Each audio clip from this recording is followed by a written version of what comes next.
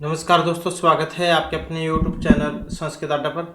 दोस्तों, आज की जो वीडियो इसमें हम करने वाले हैं आपका DT+P में जो एग्जाम होने वाला है 27 तारीख को TGT वाला, तो आपके एग्जामों के लिए शब्द रूप जो आज की वीडियो में हम यहाँ पर लेकर आए हैं सभी महत्वपूर्ण हैं, क्योंकि शब्द रूप जो आपके एग्जाम में जरूर आएंगे और इनके अंदर से ही आपको देखने को मिलेंगे, तो सभी इस कारण से महत्वपूर्ण हो जाते हैं।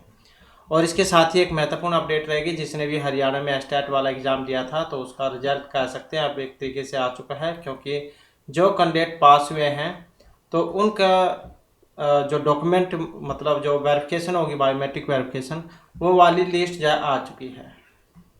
तो जिन कैंडिडेट की बायोमेट्रिक होगी उनकी लिस्ट आ चुकी है, क्योंकि ये लिस्ट उन्हीं की जारी होती है जो पास होते हैं एग्ज़ाम में। उनको एक बार जो है बायोमेट्रिक के लिए बुलाया जाता है। 25 और 26 तारीख को आपको या अलग अलग ज़िले के अनुसार बायोमेट्रिक के लिए बुलाया गया है। जिसके पास भी मैसेज ईमेल या लिस्ट में नाम है, अपने बायोमेट्रिक आप जरूर करा लीजिएगा, नहीं तो फिर आपको भिवानी बोर्ड जाना पड़ेगा, और अगर आप नहीं जाते हैं तो आपका रिजल्ट रोक लिया जाएगा। तो इसलिए अपने ज़िले में आप बायोमेट्रिक करा लें 25 और 26 तारीख। तो सेंटर लिस्ट जो वो भी आ चुकी है, कहाँ कहाँ पर आपके सेंटर बने हुए हैं, कौन से स्कूल में है, तो सब आप उसमें देख पाएंगे। तो ये तो महत्वपूर्ण अपडेट थी, और उसके लिए आप चैनल को सब्सक्राइब कर लीजिएगा अगर आपने अभी तक नहीं किया है, और आप हमारा जो टेलीग्राम ग्रुप है उसे भी आप ज्वाइन कर लीजिएगा, सभी फ्री ऑफ कॉस्ट है। क्योंकि कुछ जो महत्वपूर्ण अपडेट आती है वीडियो नहीं बन पाती है तो हम ऐसे ही उस पर डाल देते हैं, तो उसके लिए आप इसे ज्वाइन सब्सक्राइब कर लीजिएगा। तो जल्दी से अपने जो शब्द रूप है उन्हें अब हम देख लेते हैं। तो सबसे पहले हमारा जो शब्द रूप है यहाँ पर बालक का। बालक में अ है तो मतलब आकारांत रूप है ये, और पुल्लिंग में है। इसका रूप कैसे चलेगा, जितने भी आकारांत होंगे सारे एक जैसे ही बनेंगे, चाहे बालक का है या राम का है। तो कैसे बनेगा, बालकः बालको बालकः, बालकम बालकौ बालकान, बालकेन बालकाभ्याम बालकई, बालकाय बालकाभ्याम बालकेभ्यः, बालकात् बालकाभ्याम बालकेभ्यः, बालकस्य बालकेहो बालकानां, बालके बालकेहो बालकेषु। तो इस प्रकार से जो है आपका रूप यहाँ पर ये चलेगा। तो जितने भी आकारांत रूप है सारे ऐसे ही चलेंगे। और संबोधन, हे बालक, हे बालकौ, हे बालका। संबोधन आपका वही होता है जो कि प्रथमा विभक्ति होती है। इसके बाद आ जाता है फल का रूप। फल का रूप ये आपका नपुंसकलिंग में होता है।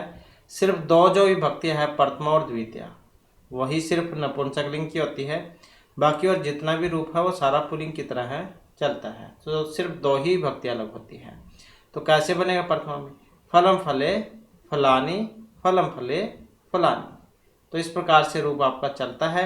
संबोधन की बात करें तो हे फल, हे फले, हे फलानी। तो इस प्रकार से बनेगा। बाकी और सारा का सारा जो है आपका ये पुल्लिंग वाला हो जाएगा। तो ये आपका अकारांत है। नेक्स्ट आ जाता है लता। लता में क्या है, आ है तो आकारांत है और स्त्रीलिंग में रूप बनता है। अब जितने भी आकारांत होंगे तो वो सारे इसी की तरह चलेंगे, चाहे वो लता का है या रमा का है। तो कैसे बनेगा, लता लते लताः, लताम लते लताः, लतिया लताभ्याम लताभि, लताये लताभ्याम लताभ्यः, लतायाः लताभ्याम लताभ्यः, लतायाः लत्योः लतानां, लतायाम लत्योः लतासु, हे लते हे लते हे लताः। अब ये वाली जो दो मात्राएं हैं स्त्रीलिंग में आपको चतुर्थी एकवचन में हमेशा देखने को मिलेंगी, और चतुर्थी और पंचमी विभक्ति हमेशा एक जैसी होती है, और तृतीय चतुर्थी और पंचमी विभक्ति हमेशा एक जैसी होगी द्विवचन में। षष्ठी और सप्तमी द्विवचन में हमेशा एक जैसी होती है। तो इतनी बात आप इसमें याद रखिएगा। संबोधन जो है उसमें प्रथमा विभक्ति होती है। नेक्स्ट आ जाता है हमारा रूप मुनि का। मुनि में क्या है, हर्षव ई है, मतलब इकारांत है ये और पुल्लिंग में है। जैसे हरि का है ऐसे ही मुनि का। तो कैसे बनेगा, मुनि ही, मुनि मुनि है, यहाँ पर विसर्ग और हर्षवी है, यहाँ पर दीर्घ हो गई। तो मुनि मुनि मुनि है, मुनि मुनि मुनि, मुनि न मुनिभ्याम मुनिभिः, मुनिये मुनिभ्याम मुनिभ्यः, मुनेः मुनिभ्याम मुनिभ्यः, मुनेः मुन्योः मुनिना, मुनौ मुन्योः मुनिषु, हे मुने हे मुनि हे मुनि है। तो इस प्रकार से आपका मुनि का रूप ये बनेगा। इसके बाद आ जाता है पति का। पति में भी वैसे ही इकारांत है, पुल्लिंग का रूप है ये। तो कैसे बनेगा? पति ही पति पति है, पतिम पति पति, पत्या पतिभ्याम पतिभिः, या फिर पति न भी आ सकता है। पत्ते या फिर पत्य, ये दोनों बन सकते हैं आपके। पतिभ्याम पतिभ्यः, पत्योः पतिभ्याम पतिभ्यः, पत्योः पत्योः पतिनाम, पत्यो पत्योः पतिषु। हे पते, हे पति, हे पति है। ये सो हमेशा सप्तमी के बहुवचन में आएगा। नाम या अनाम हमेशा बहुवचन में आएगा, षष्ठी के बहुवचन में। पंचमी षष्ठी हमेशा एक जैसी होगी। षष्ठी सप्तमी का द्विवचन हमेशा एक जैसा होगा। चतुर्थी पंचमी का बहुवचन हमेशा एक जैसा होगा। तृतीय चतुर्थी पंचमी का द्विवचन हमेशा एक जैसा होता है। और संबोधन में प्रथमा विभक्ति। नेक्स्ट आ जाता है नदी। नदी में क्या है? दीर्घ ई है, बड़ी ई, तो इकारांत है और स्त्रीलिंग रूप है। रूप कैसे बनेगा इसका? नदी नद्यौ नद्यः, नदीम नद्यौ नदीः, नद्या नदीभ्याम नदीभिः, नद्यै नदीभ्याम नदीभ्यः, नद्याः नदीभ्याम नदीभ्यः, नद्याः नद्योः नदीनां, नद्यां नद्योः नदीषु। हे नदी, हे नदौ, हे नद्यः। इसके बाद आ जाता है जो भानु का है। भानु में क्या है? ऊ है तो उकारांत है और पुल्लिंग में है। तो क्या बनेगा? भानु, भानु द्विवचन में यहाँ पर ऊ दीर्घ ऊ हो गया है। यहाँ पर एक वचन में हार्षव था और विसर्ग थे। भानु, भानु, भानुवः, भानु, भानु, भानु,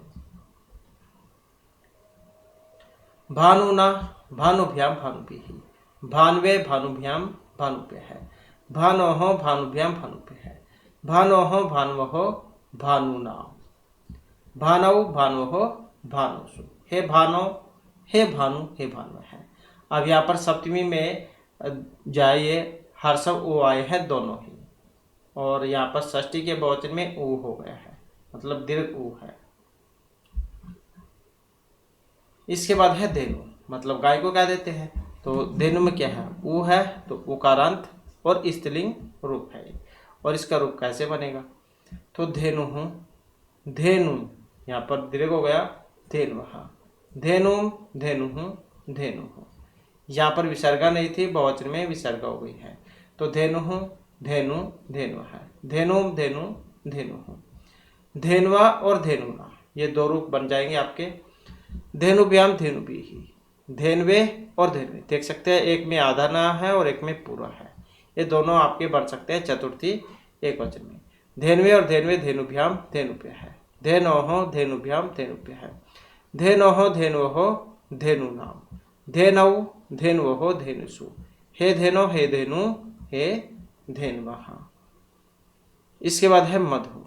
मधु शायद को क्या देते हैं? उकारांत रूप है ये भी, और नपुंसकलिंग में है।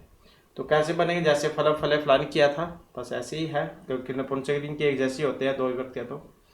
तो मधु, मधुनी, मधुनी। यहाँ पर देख सकते हैं मधु में तो हर्षव ऊ है और ना में दीर्घ की।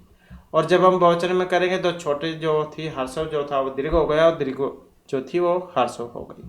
तो मधु, मधुनी, मधुनी, देख सकते हैं आप यहाँ पर जो दीर्घ था हर्षव, हर्ष वाला दीर्घ हो गया।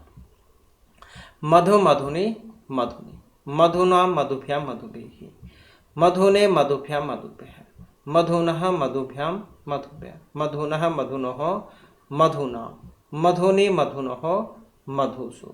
यहाँ पर दोनों ही हर्षव ऊ है। हे मधु, हे मधुनी, हे मधुनी। और सप्तमी एक वचन में हमेशा हर्षव ही होते हैं, चाहे हर्षव ई है या ऊ है, वो हमेशा हर्षव ही होगा। इसके बाद है पितरी। पितरी मतलब पिता, री है तो ऋकारांत रूप है, और पिता मतलब पुल्लिंग में है। तो इसका रूप कैसे बनेगा? पिता, पितरौ, पितरः, पितरम, पितरौ, पितरी, पितरा, पितृभ्याम पितृभिः, पितरे, पितृभ्याम पितृभ्यः, पितुः, पितृभ्याम पितृभ्यः, पितुः, पितरोः, पितॄणां, पितृपितरोः, पितृषु। हे पितः, हे पितरौ, हे पितरः। तो ये सप्तमी के एक वचन में हमेशा बनेगा पितरी।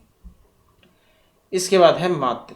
मातृ मतलब माँ, ऋकारांत है, स्त्रीलिंग में है, तो इसका कैसे बनेगा रूप? माता मातारौ मातर है, माता मातारौ मातर है, मातरम मातरौ मातृः, मात्रा मातृभ्याम मातृभिः, मात्रे मातृभ्याम मातृभ्यः, मातुः मातृभ्याम मातृभ्यः, मातुः मात्रोः मातॄणां, मातृ मात्रोः मातृषु। हे माता है, हे मातरौ, हे मात्रा है। तो यहाँ पर द्वितीय के बहुवचन में ये दीर्घ आती है, देख सकते हैं ये दीर्घ है, और बहुवचन में भी दीर्घ है यहाँ पर, और ये हर्ष है। नेक्स्ट है गौ मतलब गाय। गौ गावौ गावः, गाम गावो गाः, गवा गोभ्याम गोभिः, गवे गोभ्याम गोभ्यः, गोहो गोभ्याम गोभ्यः, गोहो गवहो गवाम, गवि गवहो गोषु। हे गौ, हे गावो, हे गाव है। तो वैसे ही सप्तमी में हर्ष होगी। इसके बाद आ जाता है धू।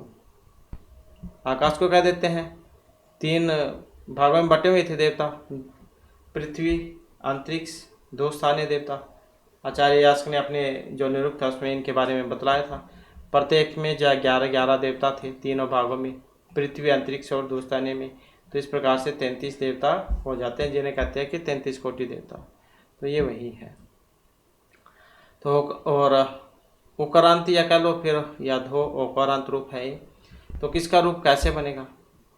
तो प्रथम जब हम बनाएंगे प्रथम एक वचन में, धौ धावौ धावः, धाम धावौ धाः, धवा धोभ्याम धोभिः, धवे धोभ्याम धोभ्यः, धोहो धोभ्याम धोभ्यः, धोहो धवोः धवाम, धवे धवोः धोसु।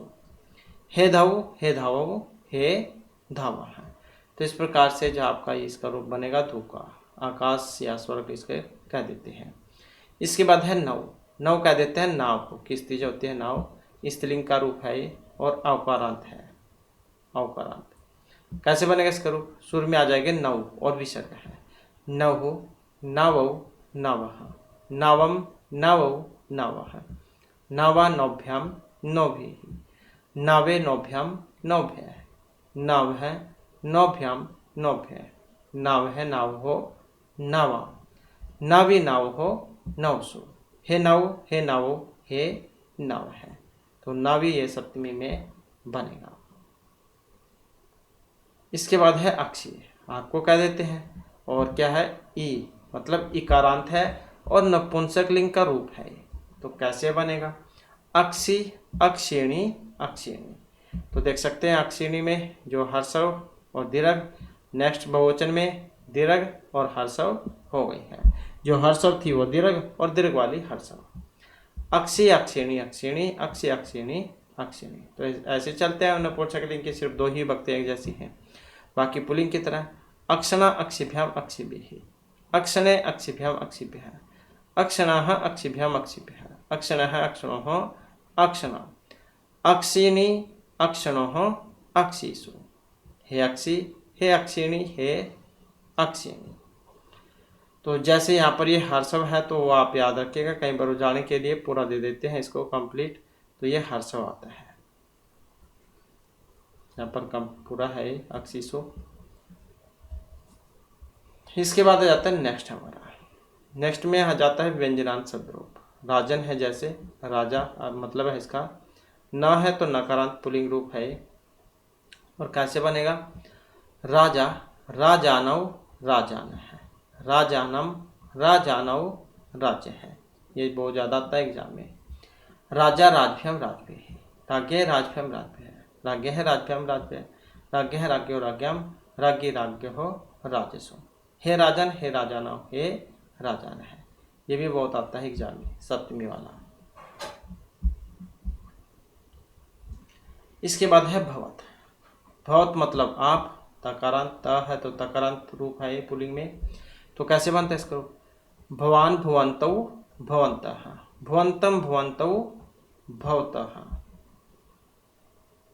भवता भवद्भ्याम भवद्भिः, भवते भवद्भ्याम भवद्भ्यः, भवतः भवद्भ्याम भवद्भ्यः, भवतः भवतोः भवताम भवती भवतोः भवत्सु। हे भवन हे भवन्तौ हे भवन्तः। इसके बाद है आत्मन। आत्मन मतलब आत्मा, नकारांत या रूप है। और कैसे बनेगा इसका रूप? आत्मा आत्मानव आत्मान है, आत्मानम आत्मानव आत्मन है, आत्मना आत्मभ्याम आत्मभिः, आत्मने आत्मभ्याम आत्मभ्यः, आत्मनः आत्मभ्याम आत्मभ्यः, आत्मनः आत्मनः आत्मनाम, आत्मनि आत्मनः आत्मसु। हे आत्मन हे आत्मानव हे आत्मानः। इसके बाद है विद्वस। विद्वान को क्या देते हैं? सकारांत रूप है पुल्लिंग में। तो इसका रूप कैसे बनेगा? विद्वान विद्वांसौ विद्वांस है, विद्वांसम विद्वांसौ विदुष है। ये बहुत आता है एग्जाम में। विदुषा विद्वद्भ्याम विद्वद्भिः, विदुषे विद्वद्भ्याम विद्वद्भ्यः, विदुषः विद्वद्भ्याम विद्वद्भ्यः, विदुषः विदुषोः विदुषाम्, विदुषी विदुषोः विद्वत्सो। हे विद्वन हे विद्वांसो हे विद्वांसः। इसके बाद है चंद्रमास। चंद्रमा क्या देते हैं? सकारांत रूप है पुल्लिंग में। तो कैसे बनेगा? चंद्रमाः चंद्रमसौ चंद्रमसः, चंद्रमसम चंद्रमसौ चंद्रमसः, चंद्रमसा चंद्रमोभ्याम चंद्रमोभिः, चंद्रमसे चंद्रमोभ्याम चंद्रमोभिः, चंद्रमसः चंद्रमोभ्याम चंद्रमोभिः, चंद्रमसः चंद्रमसोः चंद्रमसाम्, चंद्रमसि चंद्रमसोः चंद्रमस्सु। हे चंद्रमाः हे चंद्रमसौ हे चंद्रमसः। ये सु आप याद रखिएगा, यह डबल सा है, पहले हर शब्द दूसरा पूरा है। तो चंद्रमसु ये बहुवचन में बनेगा। इसके बाद है वाच। वाच मतलब वाणी को क्या देते हैं? च है तो चकारांत रूप है और स्त्रीलिंग में है। तो कैसे बनेगा इसका रूप? वाक और वाक ये दो रूप बन जाते हैं। एग्जाम में दे दिए जाएंगे, पूछ ले जाएंगे कि कौन सी विभक्ति में है। तो ऐसे बहुत ज़्यादा पूछे जाते हैं। तो वाक और वाक, क्योंकि का कोई गाँव होता है तो वाक और वाक दोनों बन जाएंगे। वाक वाचौ वाच है, वाचम वाचौ वाच है, वाचा वाग्भ्याम वाग्भिः, वाचे वाग्भ्याम वाग्भ्य है, वाचः वाग्भ्याम वाग्भ्य है, वाचा वाचो हो वाचाम, वाची वाचो हो वाक्सो। हे वाक या हे वाग, हे वाचौ हे वाचः। नेक्स्ट आ जाता है गच्छत। अब तक आपने धातु रूप ही पढ़े होंगे इसके, तो इसके रूप भी बनते हैं। गच्छत मतलब जाते हुए, वो बनता है उसमें प्रत्ययों में गच्छन गच्छन्ति गच्छत, वो वाले रूप हैं। तो गच्छत ये पुल्लिंग। कैसे बनेगा? गच्छन गच्छन्तौ गच्छन्तः, गच्छन्तम गच्छन्तौ गच्छतः, गच्छता गच्छद्भ्याम गच्छद्भिः, गच्छते गच्छद्भ्याम गच्छद्भ्यः, गच्छतः गच्छद्भ्याम गच्छद्भ्यः, गच्छतः गच्छतोः गच्छताम्, गच्छति गच्छतोः गच्छत्सु। हे गच्छन हे गच्छन्तौ हे गच्छन्तः। नेक्स्ट आ जाता है पुंस। पुंस क्या देते हैं? पुरुष, सकारांत पुल्लिंग रूप है। और इसका रूप कैसे बनेगा? तो प्रथमा में जब हम बनाएंगे पुमान पुमांसौ पुमांसः, पुमांसम पुमांसौ पुंसः, पुंसा पुंभ्याम पुंभिः, पुंसे पुंभ्याम पुंभ्यः, पुंसः पुंभ्याम पुंभ्यः, पुंसः पुंसोः पुंसाम्, पुंसी पुंसोः पुंसु। हे पुमान हे पुमांसौ हे पुमांसः। इसके बाद है पथिन। पथिन किसको कह देते हैं? रास्ता, मार्ग को कह देते हैं। बहुत बार एग्जाम में आए हुए हैं, तो वेरी वेरी इंपॉर्टेंट है। पथिन रास्ता, नकारांत पुल्लिंग में। कैसे रूप बनेगा इसका? प्रथमा में भी बहुत बार आया हुआ है। तो पंथाः और विसर्ग होती है पीछे। पंथाः पंथानौ पंथानः, पंथानम पंथानौ पथः, पथ पथिभ्याम पथिभिः, पथे पथिभ्याम पथिभ्यः, पथः पथिभ्याम पथिभ्यः, पथः पथोः पथाम्, पथि पथोः पथिसो। हे पंथाः हे पंथानौ हे पंथानः। इसके बाद है गिर। वाणी को क्या देते हैं, रकारांत रूप है स्त्रीलिंग में। तो गी ही देख सकते हैं आप यहाँ पर, ये कई बार हर्षो दे देते हैं इसमें ऐसे, तो ये दीर्घ आएगी और विसर्ग। गी ही गिरौ गिरह, गिरम गिरौ गिरह, गिरा गिरभ्याम गिरभिः, गिरे गिरभ्याम गिरभ्यः, गिरह गिरभ्याम गिरभ्यः, गिरह गिरहो गिराम, गिरे गिरहो गिरजो। हे गिही है गिरौ हे गिरह। इसके बाद है अहन। दिन को क्या देते हैं, नकारांत रूप है और नपुंसकलिंग है। तो कैसे बनेगा इसको रूप प्रथमा में जब हम बनाएंगे, तो अहनी और अहनी अहानी। तो देख सकते हैं द्विवचन में अहनी और अहनी, एक में हा में ना है और एक अलग है, तो ऐसे दो रूप बन जाते हैं इसके। अहनी अहानी, अहनी अहानी, अहना अहोभ्याम अहोभिः, अहने अहोभ्याम अहोभ्याम, अहना अहोभ्याम अहोभ्याम, अहना अहनोः अहनाम, अहनी अहनोः अहसु, हे ए अहनी हे अहानी। यहाँ पर देख सकते हैं विसर्गों को, स्कार को विसर्गाएं हो गई हैं और यहाँ पर ना पूरा हो गया है। इसके बाद है पयस, दूध या जल, उसको क्या देते हैं, पानी को।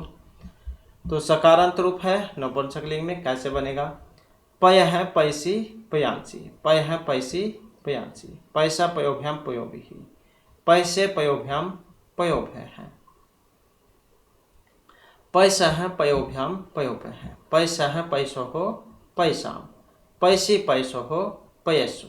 यहाँ पर भी सेम वही है, सकार को विसर्ग हो गई है। हे पय है हे पैसी हे पयांसी। इसके बाद आ जाता है सर्वनाम रूप, और जो सर्वनाम रूप है वेरी वेरी इंपॉर्टेंट है सारे के सारे, और इनका क्या है, संबोधन नहीं होता है। तो सर्व शब्द आकारांत पुल्लिंग में, सर्व है सर्वौ सर्वे, सर्वम सर्वौ सर्वान्, सर्वेण सर्वाभ्याम सर्वै, सर्वस्मै सर्वाभ्याम सर्वेभ्यः, सर्वस्मात् सर्वाभ्याम सर्वेभ्यः, सर्वस्य सर्वयोः सर्वेषां, सर्वस्मिन् सर्वयोः सर्वेषु। इसके बाद है सर्व। सर्व मतलब सब, आकारांत स्त्रीलिंग रूप है। तो कैसे बनेगा, सर्व सर्वे सर्वाः, सर्वाम सर्वे सर्वाः, सर्व्या सर्वाभ्याम सर्वाभिः, सर्वस्य सर्वाभ्याम सर्वाभ्यः, सर्वस्याः सर्वाभ्याम सर्वाभ्यः, सर्वस्याः सर्वयोः सर्वासां, सर्वस्याम सर्वयोः सर्वासु। तो ऐसे जाइए स्त्रीलिंग में है, तो पुल्लिंग का रूप अलग है और स्त्रीलिंग का रूप अलग है। इसके बाद है नपुंसकलिंग। नपुंसकलिंग में वैसे ही कोई सा भी हो, सिर्फ दो ही व्यक्ति अलग होती है, बाकी सारा सारा पुल्लिंग वाला। सर्वम सर्वे सर्वाणी, सर्वम सर्वे सर्वाणी। नेक्स्ट है यत। यत मतलब जो, पुल्लिंग का रूप है ये भी। तो यह यौ ये, यम यौ यान, येन याभ्याम यई, यस्मै याभ्याम ये पे है, यस्मात् याभ्याम ये पे है, यस्यः ययोः येषाम, यस्मिन् ययोः येषु। तो इस प्रकार से जाप का रूप यहाँ पर बनेगा पुल्लिंग में। और स्त्रीलिंग में आकारांत रूप हो जाता है। तो या ये याः, याम ये याः, यया याभ्याम याभिः, यस्यै याभ्याम यापे है, यस्याः याभ्याम यापे है, यस्याः ययोः यासाम, यस्याम ययोः यासु। और नपुंसकलिंग की बात करें तो वैसे ही दो व्यक्ति सिर्फ अलग होंगी, यत ये यानी, यत ये यानी। इसके बाद है एतत्। एतत् मतलब यह, यह पुल्लिंग का रूप है। कैसे बनेगा, एषः एतौ एते, एतम एतौ एतान्, एतेन एताभ्याम एतै, एतस्मै एताभ्याम एतेभ्यः, एतस्मात् एताभ्याम एतेभ्यः, एतस्य एतयोः एतेषाम्, एतस्मिन् एतयोः एतेषु। इसके बाद है एतत् यह नपुंसकलिंग में। तो वैसे ही सिर्फ दो ही व्यक्ति अलग होंगे, एतत् एतेतानि, एतत् एते एतानि। इसके बाद आ जाता है स्त्रीलिंग। एतत् यह, और स्त्रीलिंग में एषा एते एताः एताम एते एताः एत्य एताभ्याम एताभिः एतस्यै एताभ्याम एताभ्यः एतस्याः एताभ्याम एताभ्यः एतस्याः एतयोः एतासाम एतस्याम एतयोः एतासु। इसके बाद है तत्, वह पुल्लिंग का रूप है, कैसे बनेगा? सह तौ ते, वेरी वेरी इंपॉर्टेंट है, बहुत ज़्यादा आता है ये वाला, पुल्लिंग स्त्रीलिंग नपुंसकलिंग, एक अस्मद युष्मद वाला, ये भी बहुत आते हैं। तो कैसे बनेगा? सह तौ ते, तम तौ ताम, तेन ताभ्याम तै, तस्मै ताभ्याम तेभ्यः, तस्मात् ताभ्याम तेभ्यः, तस्याः तयोः तेषां, तस्मिन् तयोः तेषु। इसके बाद है तत्, वह स्त्रीलिंग का रूप है। स्त्रीलिंग में क्या बनेगा? इसमें अंतर है, क्योंकि जो जैसे सह है ये तो पुल्लिंग में बनता है, इसको विसर्गों का हटाकर जब हम आप लगा देते हैं फिर ये स्त्रीलिंग में चल जाता है। तो सा ते तः, ताम ते तः, तया ताभ्याम ताभिः, तस्यै ताभ्याम ताभ्यः, तस्याः ताभ्याम ताभ्यः, तस्याम तयोः तासु। और नपुंसकलिंग में वैसे ही सिर्फ दो ही भक्ति अलग होंगी, तत्ते तानि तत्ते तानि। किम कौन पुल्लिंग में, कह कौके, कम कौकान, केन काभ्याम कही, कस्मै काभ्याम केभ्यः, कस्मात् काभ्याम केभ्यः, कस्य कयोः केषां, कस्मिन् कयोः केषु। और किम क्या या कौन कह देते हैं, स्त्रीलिंग में रूप है, कैसे बनेगा? का के कहा, काम के कहा, कया काभ्याम काभिः, कस्यै, यह बताया था मैंने आपको, स्त्रीलिंग में बनता है हमेशा चतुर्थी एकवचन में दो मात्राएं। कस्यै काभ्याम काव्यः, कस्याः काभ्याम काव्यः, कस्याः कयोः कासाम, कस्याम कयोः कासु। और नपुंसकलिंग में वैसे ही सिर्फ दो ही वक्ति अलग होंगी, किम के कानी, किम के कानी। इसके बाद है इदम। इदम मतलब यह पुल्लिंग का रूप है, कैसे बनेगा? अयम इमौ इमे, इमम इमौ इमा, या फिर एनम एनौ एना। ये ऐसे जरूर आते हैं एग्जाम में जिसमें दो दो होते हैं। अनेन या एनेन, आभ्याम एभिः, अस्मै आभ्याम एभ्यः, अस्मात् आभ्याम एभ्यः, अस्य अन्योः एषाम्, अस्मिन् अन्योः एषु, या फिर एन्यो भी आ सकता है। तो पूछ ले जाएंगे अन्यो और एन्यो, इनमें से कौन से वाला सही है या फिर कौन सी भक्ति में ये आते हैं, तो कई बार ऐसे भी आ जाता है। इसके बाद है इदम रूप। इदम स्त्रीलिंग का है, ये भी कैसे बनेगा?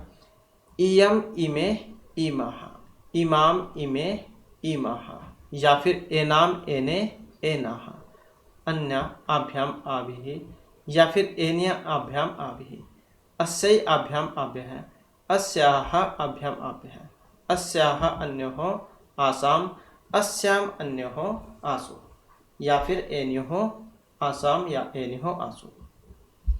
इसके बाद है इदम नपुंसकलिंग, सिर्फ दो ही भक्तियां लगवाऊंगी, इदम इमे इमानी, इदम इमे इमानी।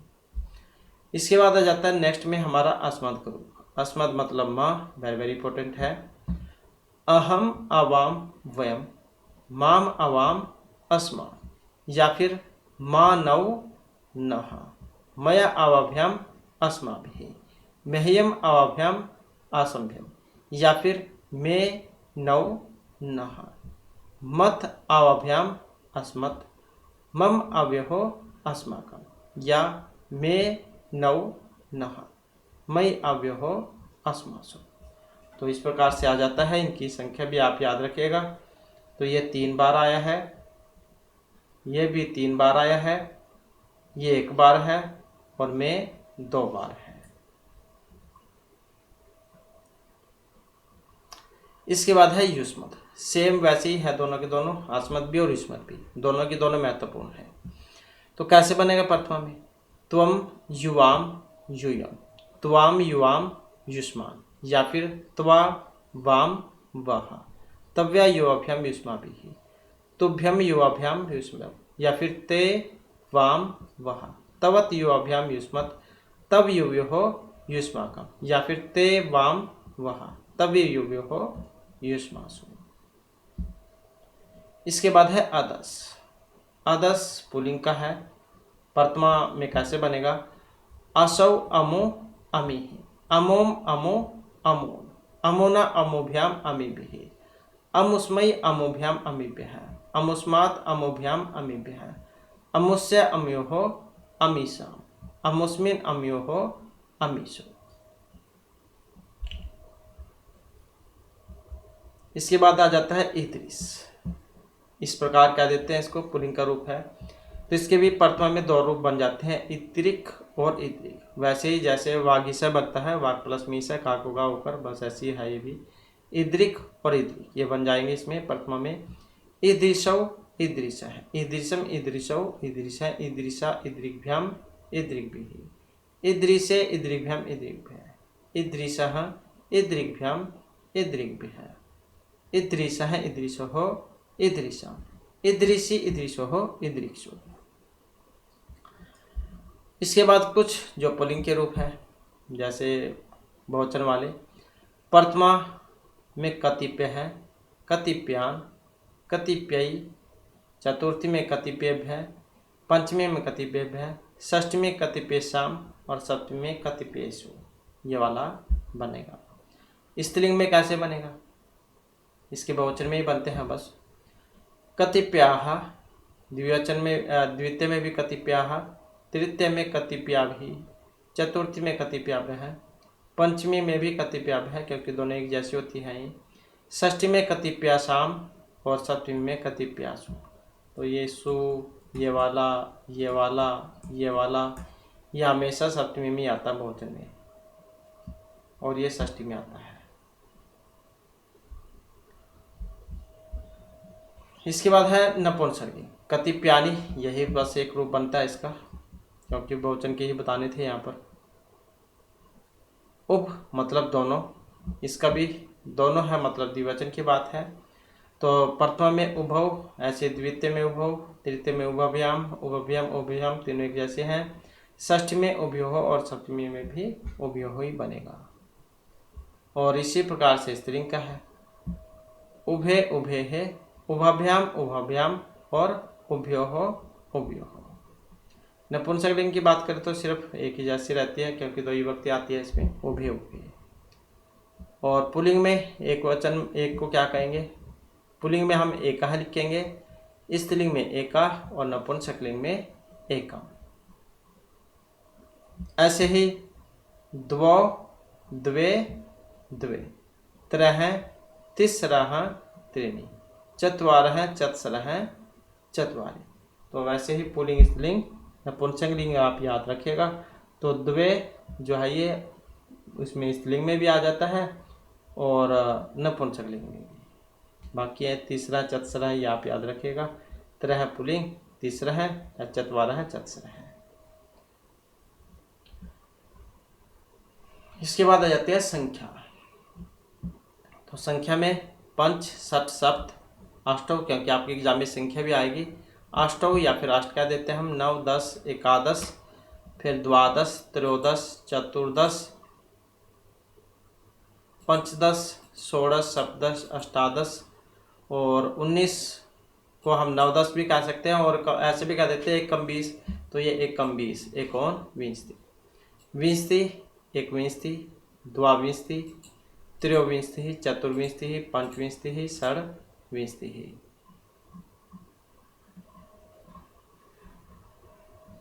सप्तविंशति, अष्टाविंशति, नवविंशति, त्रिंशत्, एकत्रिंशत्, द्वात्रिंशत्, त्रयस्त्रिंशत्, चतुस्त्रिंशत्, पंचत्रिंशत्, षट्त्रिंशत्, सप्तत्रिंशत्, अष्टत्रिंशत्, वैसे नवत्रिंशत् या एकम 40, एकोन चत्वारिंशत्, चत्वारिंशत्, एकचत्वारिंशत्, द्विचत्वारिंशत् या फिर द्वाचत्वारिंशत्, त्रय चत्वारिंशत् या फिर त्रिचत्वारिंशत्, चतुश्चत्वारिंशत्, पंचचत्वारिंशत्, षट्चत्वारिंशत्, सप्तचत्वारिंशत्, अष्टचत्वारिंशत्।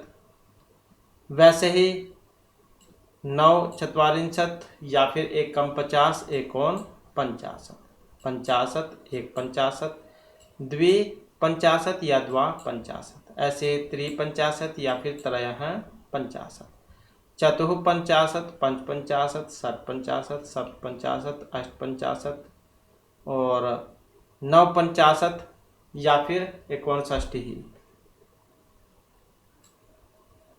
षष्ठी 61 द्विषष्ठी या द्वाषष्ठी त्रिषष्ठी या त्रयःषष्ठी चतुष्षष्ठी पंचषष्ठी षट्षष्ठी सप्तषष्ठी अष्टषष्ठी या अष्टाषष्ठी नवषष्ठी या फिर एकम 70 एकोन सप्तति सप्तति एक सप्तति द्विसप्तति या द्वासप्तति त्रिसप्तति या त्रयःसप्तति चतुःसप्तति क्योंकि ये सकार को विसर्ग ही हुई है, तो चाहे तो आधा सा लिख लो या विसर्गा लगा लो।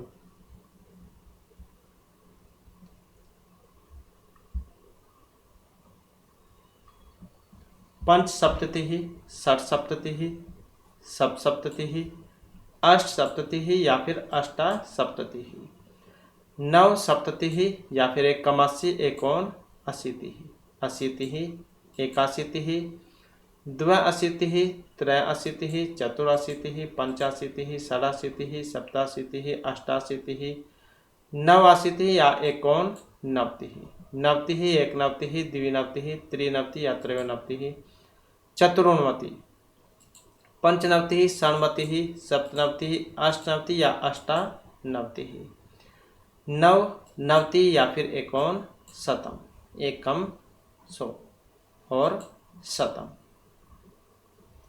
इसके बाद आ जाता है, ये तो थी आपकी गिनती।